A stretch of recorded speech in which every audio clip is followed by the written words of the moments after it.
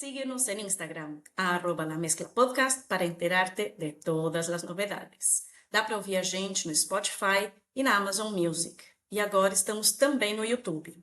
Apoie-nos no apoia.se/lamesclapodcast com Z, com qualquer valor para nos ajudar a crescer cada dia mais. Você recebe acesso a uma lista no WhatsApp com dicas e notícias das mezclas culturais latino-americanas.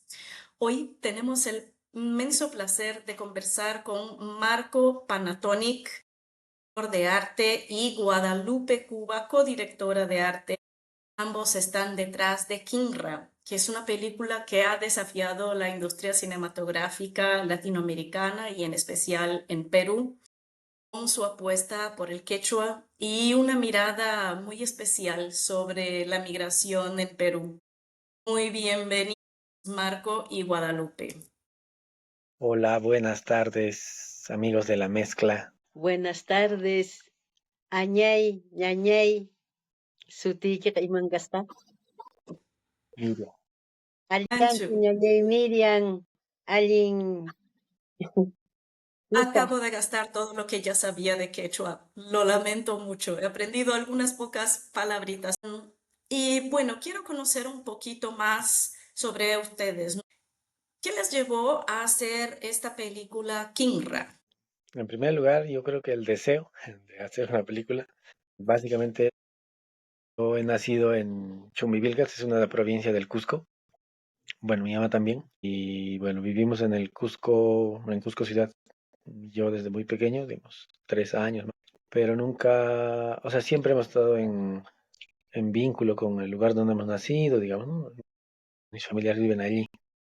Entonces ya cuando estaba en el Cusco yo he decidido estudiar ciencias de la comunicación y en ese momento también conocí un cineclub y bueno, me gustaba ver películas, me empezó a gustar ver películas. Y ya cuando terminé la universidad quería estudiar cine. Es, pero, o sea, claro, como para hacer una película. Entonces era como un deseo que fue surgiendo en la medida que también he ido, mm, no sé si viviendo en la ciudad o asimilándome culturalmente en Cusco. Y nada, o sea, creo que también, no sé, como no se hacían películas y no tenías información de eso, no sé, como que tal vez me daba ganas de hacer algo que no, nadie tenía mucha información, o todos tenían muy poca información, y ahí fue surgiendo el interés y el deseo y fue, fue construyéndose un poco así. Ajá, y es importante decir que Guadalupe es tu mamá, ¿no, Marco? Aquí la pueden ver, los que estén viendo el video por YouTube, la podrán ver aquí también en la pantalla. ¿Cómo entra usted a ser la codirectora de la película? Buenas tardes, un saludo a todos los que nos ven, para todo el mundo. Creo que es una necesidad por la situación social, hacer el guión, toda esa situación social, migración, social, económica, política encima, para hacer la película. Entré porque es el deseo de un hijo, es el querer hacer la película. He sido la cuña más bien para que salga la película. Así es, como es el director de la película, yo entré, estaba incluso al costado con la producción, pero tuvimos un productor general de campo y faltaba para equipo de arte. Así es que yo decía que no sabía, pero sin embargo conocía el contexto y sabía que se iba a hacer, digamos, el papel de directora, codirectora. Y así empezamos para que salga la película. Muy bien, qué interesante. ¿Cuál es la historia de la película? Porque aquí en Brasil aún no tenemos acceso a esa película, según me contaron ustedes. Está en ruta de festivales por el mundo, ¿no? Y desde aquí aún no se tiene acceso a esa película. ¿De qué trata? Bueno, Kingra es la historia de Atocha, el protagonista de la película, y en su viaje de venir de Chuvilcas, de la provincia de Chuvilcas, al Cusco y buscar un futuro, pero en un momento dado regresa a su lugar de origen. Pero por lo menos para nosotros, es una historia colectiva. Mi mamá ha salido de Chuvilcas, yo también, pero era muy pequeño. Y muchos jóvenes, no solo de Chumivilca, sino de las diferentes provincias del Cusco, Quillabamba, Paruro, Paucartambo, Espinar, del Valle Sagrado, etcétera. Entonces hay muchos jóvenes que terminan viniendo al Cusco, o terminan yendo a Arequipa, o terminan yendo a Lima o a otra ciudad, o a estudiar, o a buscar un futuro, a trabajar. Entonces, como que Kingira es una historia colectiva de la experiencia de muchísimas personas quechohablantes de todo el Perú, que terminan yendo a una ciudad por oportunidades laborales, oportunidades educativas, y cómo se enfrentan a ello, ¿no? Qué dificultades tienen. Y claro, también hay una añoranza por la tierra de muchos jóvenes, de muchos padres, de muchas madres que también salieron de su tierra y no pudieron volver, pero hay muchas personas también aún viviendo en las provincias, ¿no? Con todas las dificultades que eso también supone, en un país como el Perú, en donde hay mucho racismo, hay mucho clasismo, es como un poco la norma. Un poco de eso trata la película. Y como dices, estamos en festivales. El día lunes, el 17 de marzo, se va a proyectar en el Festival de Málaga, en España. Después tenemos una presentación en el Festival de Toulouse, en las últimas semanas de marzo, después en abril en el Festival de Cine Peruano de París, y a mediados de abril en el Festival Kino Latino de Bélgica, por ahora. Entonces estamos recorriendo algunos festivales y ojalá que este año sigamos en eso, y espero que el próximo año ya podamos estar en plataformas, y que ojalá que ahí también muchas personas más puedan ver Kingra. Ojalá que sí, porque yo de verdad estoy muy curiosa por verla. Y si necesitan cualquier apoyo para ponerla a festivales aquí en Brasil, les puedo también buscar algunos contactos de gente que trabaja en cine y etcétera. Cuenten conmigo. Bueno, Gracias. ¿y cuáles fueron? Porque es una película independiente. ¿Cuáles fueron las dificultades para realizar esa película? Supongo que tal vez la financiación. ¿Qué temas se impusieron a la hora de producirla y realizarla? Bueno, vamos a contar un poco una experiencia. Creo que ambos tenemos una experiencia diferente. Bueno, en principio, Kingra, o el proyecto Kingra, ha tenido financiamiento del Ministerio de Cultura del Perú, porque desde el 2014 hasta el año pasado, el Ministerio de Cultura ha impulsado un poco la actividad cinematográfica en el Perú, y por eso que muchas películas peruanas también han salido a la luz, y ya se han visto posible su realización. Entonces, a pesar de eso, creo que sí hay una idea de que aún es independiente la película, porque el Ministerio de Cultura no nos obliga, o no nos limita, o no nos dice qué tipo de película debemos hacer, o no. Por lo menos hasta el año pasado ha sido así, o sea, nunca ha habido una limitación discursiva, política de las películas.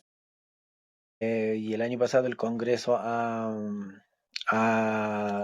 impulsado una nueva ley que intenta censurar precisamente al cine nacional, al cine peruano en general.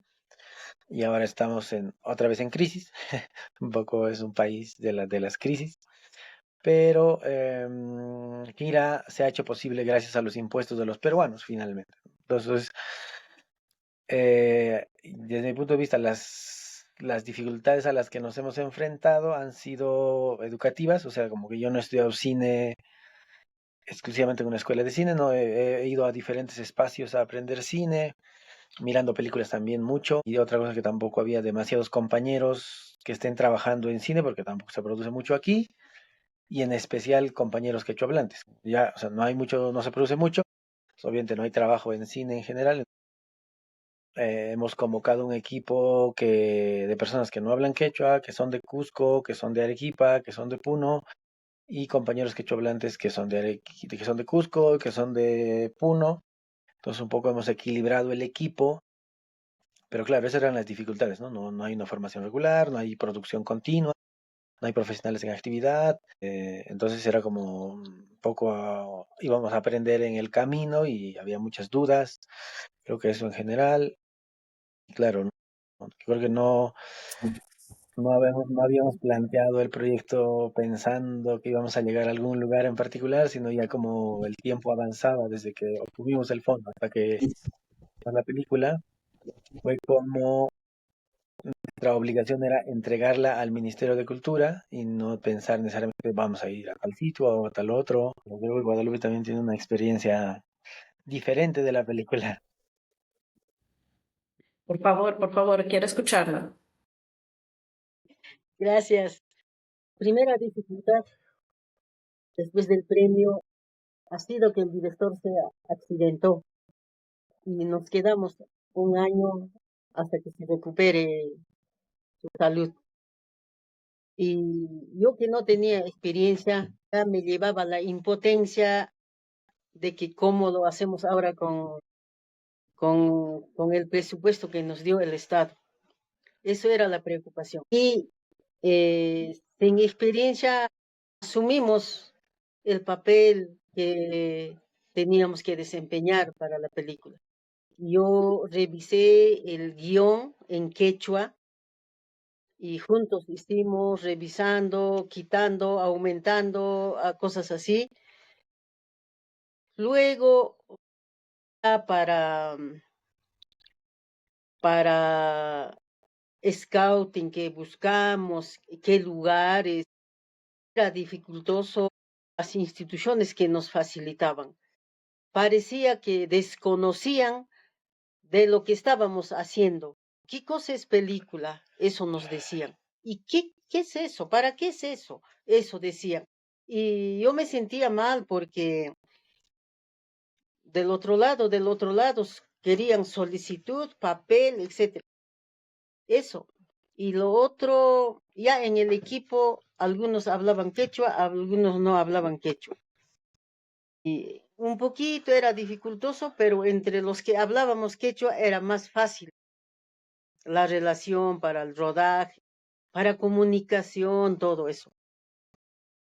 Y dentro del equipo de arte, sin que sepamos qué cosa que teníamos que hacer, con cierto recelo hemos asumido y un poco que el director nos ha auto capacitó, enseñó y había otra persona que nos ha orientado también.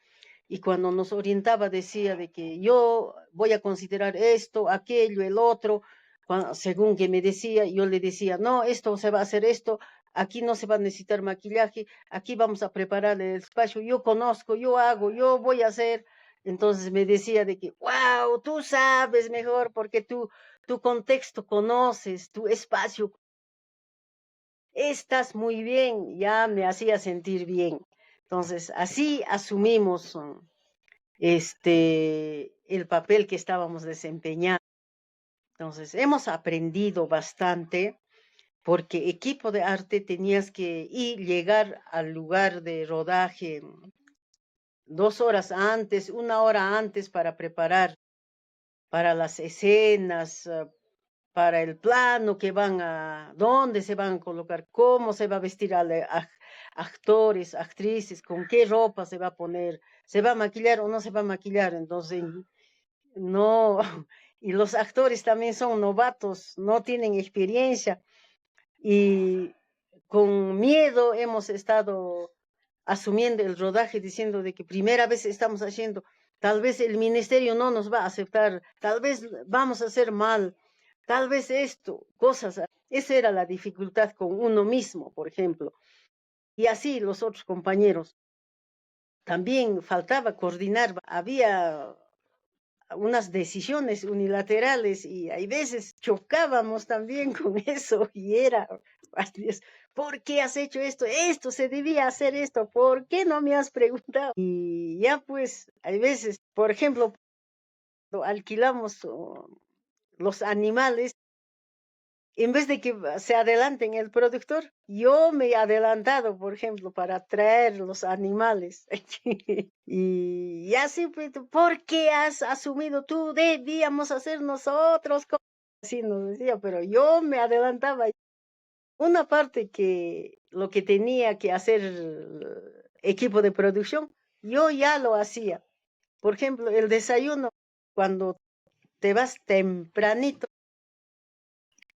yo ya lo preparaba y a los que llegaban primero ya les hacía desayunar. El desayuno que el equipo de producción trae recién las 8, 9. Si ellos han llegado a las 4 de la mañana, las 6 de la mañana ya están de hambre. Frío encima, sobre el nivel, sobre 4000 metros sobre el nivel. Así es, y época de helada encima, que yo decía de que tienen que ir bien arropados, tienen que ir con casacas, y no quiero que se enfermen. Yo muy sutilmente haciendo ya el papel de producción, el papel de equipo, de arte.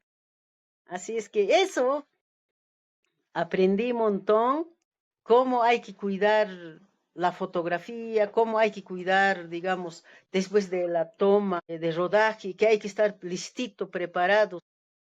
Si no sale el plano, si no sale la fotografía, si no sale no sé qué más. Hasta ahora no sé completo, pero yo he aprendido un montón. Eso, Miriam. Pues qué interesante, ¿no? Usted ha hecho un poco también de mamá de todo el equipo, ¿no?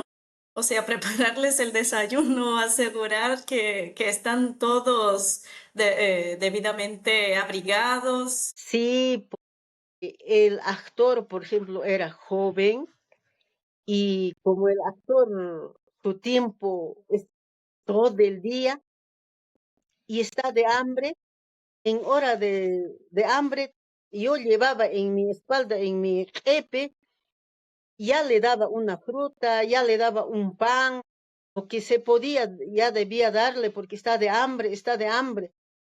Mientras que traiga el equipo de producción refrigerio, yo ya le he dado ya. Claro.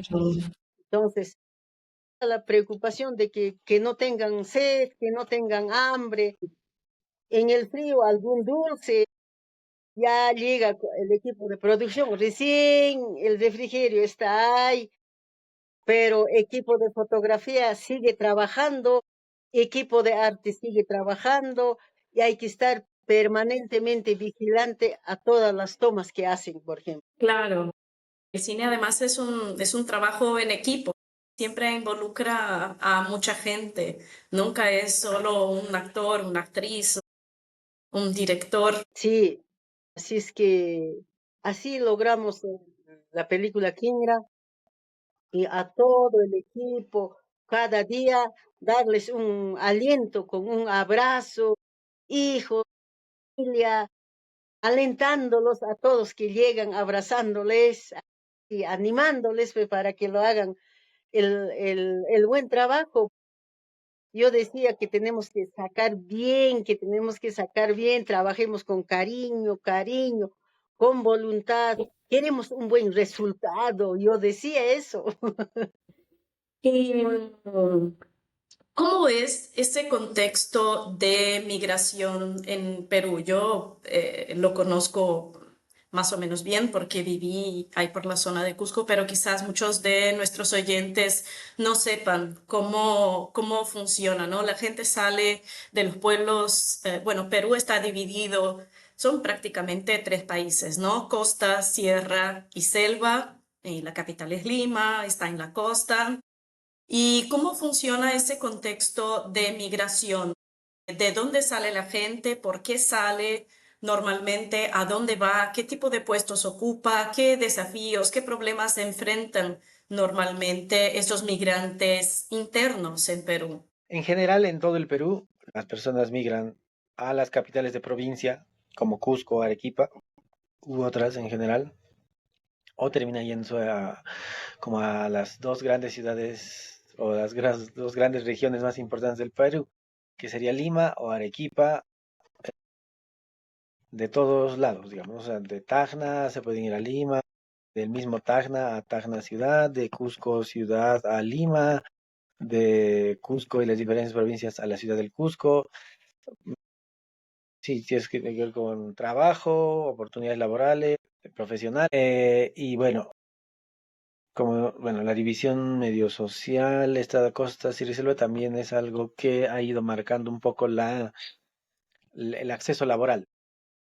Personalmente creo que a partir del año 80, en donde hubo una reforma agraria, las personas que vivían en el campo eran explotadas en las haciendas, y cuando empezaron a migrar a partir de ese momento a las ciudades, pues no se les pagaba. Históricamente eso aún continúa hasta el día de hoy, porque muchos trabajos de jóvenes, hombres y mujeres que vienen al Cusco o a otras regiones, siempre son trabajos precarios o trabajos, digamos, no hay una ley de trabajo en el Perú que les permita tener un sueldo regular y eso estudiar. El acceso a la vivienda también es precario. En Cusco se ha encarecido cada vez más por el turismo. Tenemos el racismo estructural del país y el clasismo estructural del país también permite que no se pueda acceder a fácilmente pues, o sea, a una vida digna, digamos, y terminemos muchas veces dejando de hablar quechua, dejando de vestir como vestimos, pero por otro lado también en otros, o sea, en Chumivilcas mismo, por ejemplo, o en los lugares a donde muchas personas han migrado, como en Arequipa, por ejemplo, que hay muchas personas de Chumivilcas, se ha ido consolidando también culturalmente. Todas las fiestas que se hacen en la provincia de Chumivilcas se replican en Arequipa. Esa migración también esa migración interna también está ganando terreno en las ciudades, y ya no está yendo tanto al lado de la asimilación cultural, sino al fortalecimiento de las identidades. Entonces, un poco ese es el contexto en el que se da. Y yo creo que no solo en Perú, también en Latinoamérica. Ujú. Aquí en Brasil, el racismo se da desde las personas blancas hacia las personas negras, ¿no? Que son más que el 50% de la población. En Perú ya no hay tantas personas negras, aunque sí existen, y cada vez que yo conocía, iba hablando con gente en Perú, todos me decían, bueno, yo soy, como claramente pueden ver, soy muy, muy blanca, soy una persona totalmente blanca. Y cuando se enteraban que yo soy de Brasil, porque en Brasil hay muchos negros y también aquí está la zona de Chincha, donde están los negros, ¿no? Que está ahí cerca de Pisco y Lima. Pero me da la impresión que el racismo en Perú es mucho más hacia los indígenas que hacia los negros. ¿Cómo, cómo funciona? Yo, para prepararme para esta entrevista, he vuelto a ver la película Choleando. Es un documental sobre el racismo en Perú. Además, se lo recomiendo a todos nuestros oyentes. Dejaré el enlace en la descripción del episodio. Entonces, ¿cuáles son las características que el racismo atribuye a las personas racializadas en Perú? Bueno, al ser una estructura, aún no se ha resuelto muchas cosas, ¿no? O sea, se arrastra hasta el día de hoy, desde la calle, desde en la calle hasta el gobierno. Por eso decía, muchos jóvenes de mi generación, son más o menos que tienen 30 en adelante ahora, hemos crecido con que no podías hablar quechua en el colegio, o estaba mal o te veían mal. Y todo lo que estaba asociado a lo quechua, a lo aymara, a lo amazónico, que vamos a decir que son poblaciones indígenas. Personalmente, yo, por ejemplo, no utilizo mucho la palabra indígena. No es algo que con lo que haya crecido o haya adoptado. Creo que nuestra identidad es quechua en principio, o aymara, o abajún, o machiguenga, en toda la Amazonía, ¿no? Hay como 48 idiomas en el Perú. Entonces, muchos jóvenes, esto está ligado también a la pobreza económica. O sea, no es que uno es pobre porque quiere, sino porque estructuralmente las personas que viven en el campo, que se dedican a la agricultura, que son quechohablantes, se les ha pagado menos, han explotado a sus abuelos antes. No ha habido una herencia económica. Creo que los últimos 30 años a punta de esfuerzo y de que ya no hay una reforma, que ha llegado una reforma agraria, entonces como que han ido accediendo a estudios, no sé, muchos profesionales, yo mismo estoy en la universidad, bueno, mi mamá también en su momento, pero aún a pesar de eso, o sea, no, no es fácil, o hay muchas dudas, digamos, en las personas que vienen del campo, son quechohablantes, o han dejado de ser quechohablantes, entonces como que ahora más bien está viendo como una especie de recuperación de las identidades. Pero claro, hay una conciencia de que las personas quechohablantes o que vienen del campo siempre están como por debajo de algo, ni siquiera necesariamente de las personas blancas. Pero mestiza en general en Cusco tal vez. Pero creo que hay una conciencia muy clara, un complejo de inferioridad muy claro de nosotros no podemos o hay que tener dinero para hacer ciertas cosas. Igual eso lentamente está cambiando. Ahora en TikTok hay muchos influencers quechuas. Creo que uno de ellos es Waldir Maque, y ya tiene un restaurante y ahora es famoso, ha ido a los TikTok Awards. Esa asimilación cultural recién les está dando acceso y libertad plena para decir cosas, digamos, ¿no? Como para decir o para presentarse. Y creo que hay otra cosa que tiene que ver con lo político o con la mirada política o con una postura política que ha sido enfrentada por el gobierno. O sea, en el año 2022 y 2023 ha habido una serie de protestas contra Dina Boluarte, que ahora está en el gobierno, por precisamente vacar a Castillo, que Castillo era más o menos un representante quechua del campo, que igual no tenía necesariamente toda la preparación, como muchos, porque en el campo o no hay universidades, tienes que salir de allí, y a veces muchas personas en un momento han escogido profesiones como ser profesores. Pero entonces en ese momento, en las protestas, ha habido muchas personas quechohablantes, muchos jóvenes quechua, o como no sé, a mí me gusta decir, muchos jóvenes marrones, que tienen una postura política. Ya, o sea, yo creo que hasta ni siquiera tendría que hablar en términos de postura política. Tienen una mirada, una opinión sobre lo que está pasando en su país y se dan cuenta de las desigualdades que vivimos.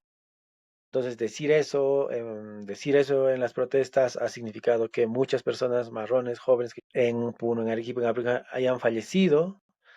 Y claro, también ha habido protestas de gente blanca de Lima, en San Isidro, y en ahí se ha visto que quienes llevaban las pancartas, quienes llevaban como las cosas que se suelen llevar para las protestas eran personas, mujeres que están precarizando su trabajo, atendiendo a familias como empleadas de hogar, digamos. Entonces, hay una estructura muy grande, muy fuerte, y defendida también por los políticos o por las personas que están en el gobierno.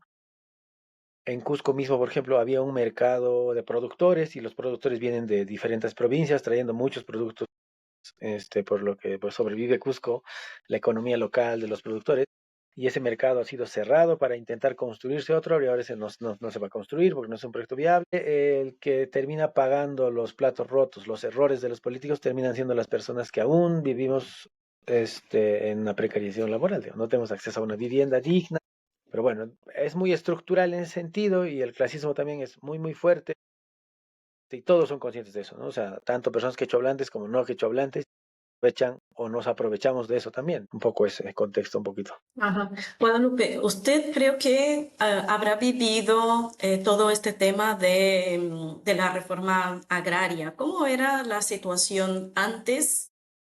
¿Cómo se vivió en su momento y cómo se ve ahora? Lo pregunto porque aquí en Brasil aún no se ha hecho la reforma agraria y hay una pelea tremenda de los campesinos por la tierra, movimientos de personas sin tierra. Y esto en Perú se ha hecho. ¿Cómo era antes? ¿Cómo se hizo y cómo está ahora? Recuerdo todavía cuando yo era niña, cuando entré a la escuela cumpliendo 10 años, había mistis en el pueblo y había indios en el campo, y rural. Y cuando entrabas a la escuela con tu ropa de bayeta, te diferenciaban de que tú eres de aquí y nosotros de aquí. Y yo decía, aceptaba, diciendo de que nosotros somos del lado del indio y ellos son del lado de Misti. ¿Por qué? Porque se vestían con tela y nosotros con bayeta, hecho por nuestras manos de lana de oveja.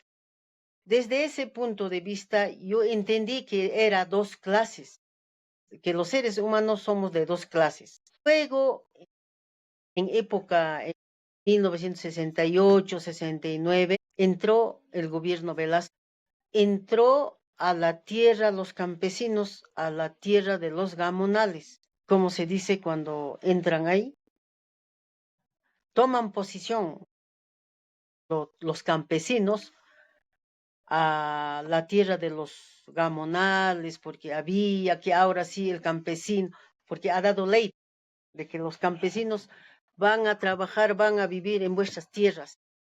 Entonces, hicieron cooperativa, la gente se ha organizado en cooperativas y esa cooperativa hacía chacras y ahí tenías que trabajar, ir a trabajar, muchos que no teníamos, digamos, chacras. Dio luz para los hijos de campesinos que debían ir a estudiar primaria, secundaria, superior. Y después de terminar secundaria, mi hermano mayor ha ido en época de Velasco, a estudiar superior. Entró, estudió, en eso yo también terminé, intenté ir. Mi papá dijo, no, las mujeres no van a estudiar superior, suficiente secundaria. Pero yo a mi cabeza ya había entrado a estudiar, o sea, algo ya me ha alentado Velasco. Entonces, y mi hermano también dijo de que tiene que estudiar, mi hermana también. Ya pues novata, pero a los 23 años terminé y a los 24 ya fui a dar examen. No ingresé, ya dije yo, aunque sea cuantas veces postularé, yo ingresé. En ese momento no tienes en el campo medios económicos, tenías que ir a la ciudad a trabajar. He trabajado como empleada doméstica en Arequipa. De ahí me fui a Lima.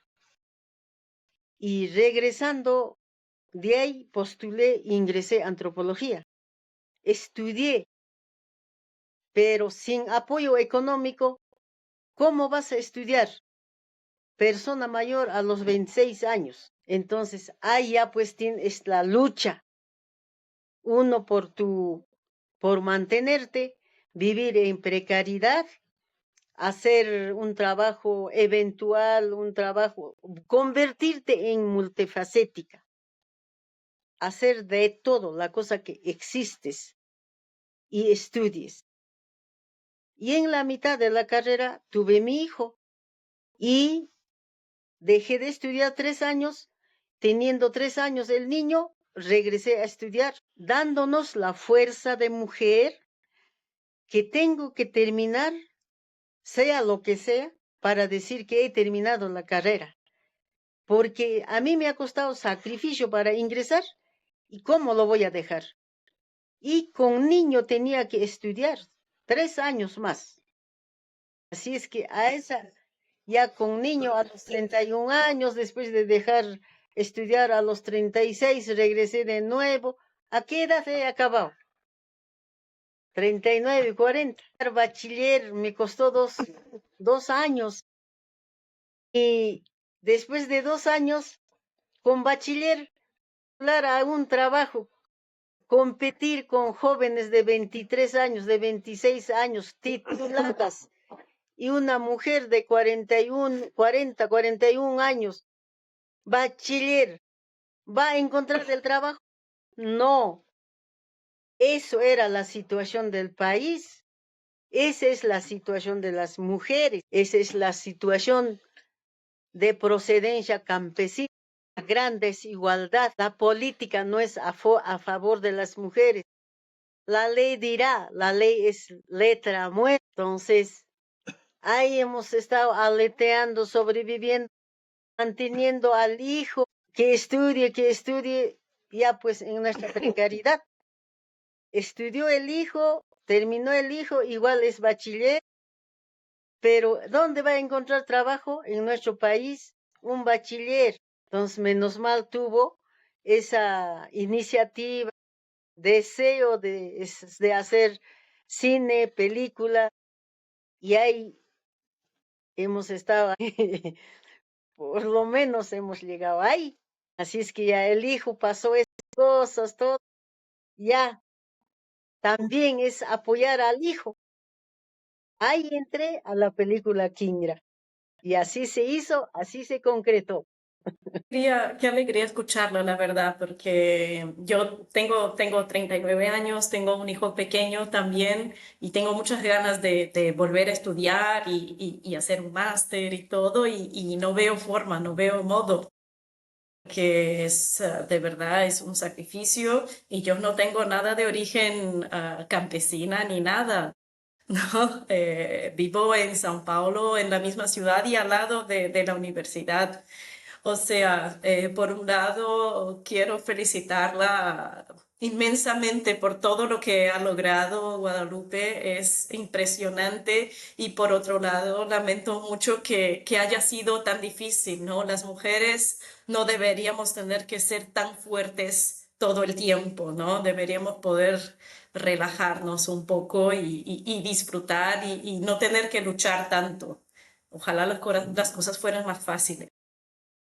Más bien hay que luchar las mujeres. Está en nuestras manos para luchar. Muchas veces autosubestimamos, no nos levantamos la moral. Si la revolución, si todo cambio está en la responsabilidad de la mujer, cuando no sabemos, cuando no estamos informados, yo también he criado a mi hijo llorando, como si mi lágrima me va a escuchar, me va a levantar la moral. Por mala información o por poca información, me quité las fuerzas. Hubiera hecho muchas cosas, porque la mujer somos fuertes. Lloramos un rato y nos levantamos al mismo tiempo. Renegamos un rato y al mismo tiempo nos alegramos. Felicitaciones, no sé qué más decir. Felicitaciones por todo ese logro y por haberse graduado bachiller en antropología, ¿verdad? Sí, así es que, como dices, ahora recién digo de que quiero estudiar psicología, quiero estudiar derecho, quiero estudiar ahora. No me importa la edad, ya me estoy bajando la edad, ya tengo 35 Arriba, años. Acción arriba, nomás nos arriba. falta. Acción. Pues. Así es que como la película, ¿Y me levanté la moral. cómo está siendo la recepción de Kinra en Perú y fuera de Perú? ¿Hay diferencias en la recepción del público? No sé, ¿qué comentarios escuchan acerca de la película? Wow, la película Kingra, pues ahora es pan caliente. Como quien dice, no sabíamos esta realidad, esta situación social, económico, político, ideológico del país. Esta es otra cara del Perú. Es como si ignoraban el campesinado, ignoraban la migración, que todo el mundo estamos migrando a la ciudad de Lima y la ciudad de Lima ya rebalsa y todos somos migrantes. No solamente es los peruanos los migrantes en el país, en Lima, en Cusco, Arequipa, sino también los chinos, lleno de chinos, lleno de chiles, lleno de muchos países, son migrantes también. Los empresarios de diferentes países son migrantes en el Perú. ¿Para qué ahora último Venezuela? Con el cliché de que hay Maduro es dictadura diciendo. Entonces, eso. Y creo que en el caso peruano, no, uno creo que no teníamos expectativas de lo que le ha pasado a la película. O sea, hemos estrenado en el Festival de Cine de Mar del Plata en 2023 y hemos ganado el máximo premio y eso es algo que no, o sea, creo que no, o sea, ha superado las expectativas que pudiéramos tener en general entre todos los compañeros del equipo. porque el objetivo era presentarlo al Ministerio de Cultura, porque teníamos que entregarlo. Y un poco a partir de de ese premio en Mar de Plata, nos han ido abriendo puertas un poco más fácil. Por igual para proyectar para mover una película, para distribuir una película, hay una inversión extra que hay que hacer como mucho lobby. Pero un poco por haber ganado el premio en Mar de Plata, bueno, nos han seleccionado en el Festival de Cine de Lima. Hemos discutido con el equipo si debíamos ir allí o no, porque también este, o sea, puede resultar contradictorio para la película, para nosotros mismos. Entonces al final en equipo hemos decidido, bueno, participar en el festival y nos hemos ganado los 6 premios en el Festival de Lima. Y un poco viendo el contexto del cine peruano en el propio país, en muy pocas películas en quechua, muy pocas películas fuera de Lima, entonces como un logro compartir el hecho de haber ganado Mar de Plata y que las personas aún no habían visto la película generó mucho interés, pero también había como un ver con buenos ojos porque era una película en quechua. Y eso, o sea, como le ha hecho bien a la película, un poco a los compañeros y aún, bueno, eso también ha motivado que después vayamos a exhibir comercialmente la película.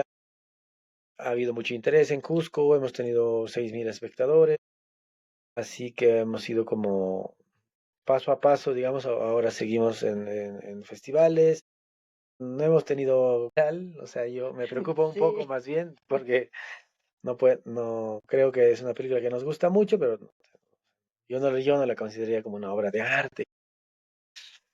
Creo que es una película que sí, nos gusta mucho haberla hecho, y es una película que tiene su propia naturaleza, sus propias virtudes y sus propios defectos. Bueno, todo el trabajo que hemos hecho ahora está un poco revirtiendo o en favor de todos los compañeros y compañeras que han trabajado en el equipo, ¿no? Entonces, mm, no hemos tenido críticas tan duras en general, y sobre todo a los actores que han participado en la película, les gusta la película, eso a mí me deja muy tranquilo. A mí me gusta la película, a los compañeros también les gusta la película, a muchas personas en el público peruano también les gusta la película, o sea, están como...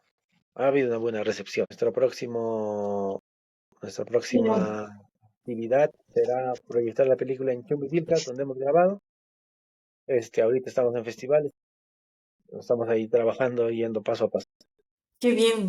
¿Por qué la película tenía que ser en quechua? ¿Y por qué hay tan pocas películas en quechua? Por ejemplo, yo hace un par de semanas también preparándome para esta entrevista, me puse a ver por segunda vez a Sumare. Es esa película cómica y más mainstream, ¿no? Peruana. Y cómo la ven en su papel en el cine peruano, porque es una película en quechua. Bueno, en principio porque yo hablo quechua, mi mamá también. Y creo que en general, si bien no hay muchas películas en quechua, sí hay personajes quechua que a veces están en algunas películas. Creo que por lo menos yo cuando veía esas películas no me sentía representado. ¿No? O muchas personas con un criterio sencillo decían como, así no se habla el quechua, ¿no? O no parece una persona. O se encasillaba a los personajes andinos. Entonces creo que eso era ya un poco desde el punto de vista medio más político o medio más cinematográfico en que uno puede decir, oye, no es así, ¿no? Te parece mal representado. Entonces, y eso se sumaba que aún hablo quechua, felizmente, gracias igual a mi mamá, y hay muchas personas quechua hablantes, y claro, el quechua también en otros espacios y en otros escenarios, ¿no? Yo creo que hay mucha música en quechua, hay poca literatura en quechua, porque el quechua es más oral, no se escribe mucho, nosotros no leemos quechua siempre. Otra también que hemos aprendido castellano, pero hay, como al ser oral, entonces creo que en una película se tiene más sentido, es mucho más orgánico el idioma, la forma de hablar de las personas. Eso, creo que esas son las dos cosas importantes para que sea una película en quechua. Bueno, creo que Asumar es un momento en la historia del cine peruano que es el cine que puede ser taquillero, ¿no? Pero creo que no ha intentado repetir ese éxito. la productora que lo ha hecho, y no creo que no lo ha vuelto a repetir, sino que está intentando hacer una película al año para mantenerse. Una película comercial igual es medianamente más fácil de vender, medianamente fácil o aceptable en las salas de cine, porque va a llevar gente y va a llevar espectadores, pero si es una película no necesariamente con intenciones comerciales, igual va a tener más dificultades. Pero tiene que ver con eso, digamos, ¿no? Con que si bien Azumare representa un conjunto más de la costa en Perú, también es un producto que se ha hecho para vender. Es un momento, yo creo, críticos o investigadores de cine en Perú reconocen ese hecho, pero también reconocen el hecho de que surjan otras películas fuera de Lima, en otros idiomas, porque eso también muestra al país en su conjunto, la diversidad que es Perú o que pueden ser también otros países. Y está divertida, la verdad, a su madre. Está muy divertida, es entretenida, como que no es la película de arte que se llevaría el Festival de Cannes, por ejemplo. Y bueno, ¿qué le dirían al público peruano o brasileño que aún no ha visto Kinra? Que nos sigan en nuestras redes. Estamos en Facebook como King y la Película, en Instagram como King y la Película. En ahí estamos avisando en dónde se va a proyectar. Nosotros esperamos llegar a alguna plataforma, así que esperen, y ya vamos a llegar o a festivales de cine o a alguna plataforma en algún momento. Que vean película Kingra, porque hemos hecho la película Kingra los directos quechohablantes, porque es nuestra lengua mater. El director es quechohablante, yo soy también quechohablante, los actores, los actrices también quechohablantes. Entonces, nosotros mismos hemos hecho la película Kingra para que vea el mundo, nuestro quechua, nuestro trabajo que se hizo con mucho cariño. Es muy importante para que nos hagan la crítica positiva, negativa a la película Kingra. Perfecto, perfecto. Y dejaré toda la información de cómo encontrarlos y cómo seguirlos en redes sociales también aquí en la descripción de este episodio. Y bueno, lamentablemente estamos ya a punto de llegar al final de nuestra entrevista, pero antes quiero pedirles recomendaciones culturales, lugares que visitar, cosas que hacer, libros que leer, películas, un perfil interesante en redes sociales. Además de, obviamente, ver la película Kinra, que tendremos el placer de difundirla cuando esté disponible para nuestros oyentes. ¿Qué recomendarían a nuestros oyentes que vean, visiten, lean o escuchen? Viendo la película Kingra, descubran cómo estamos cantando, cómo estamos bailando, cómo nos estamos alegrando, qué tristezas hemos visto, cómo ver la película Kingra, descúbranlo. Sí, bueno, yo voy a recomendar un libro.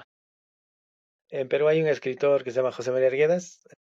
Yo voy a recomendar el libro Yaguar Fiesta. En música recomendaría un grupo, bueno, creo que es un grupo que también la música de ese grupo se ha usado en la película, que es el grupo Fragancias de Chumbivilcas.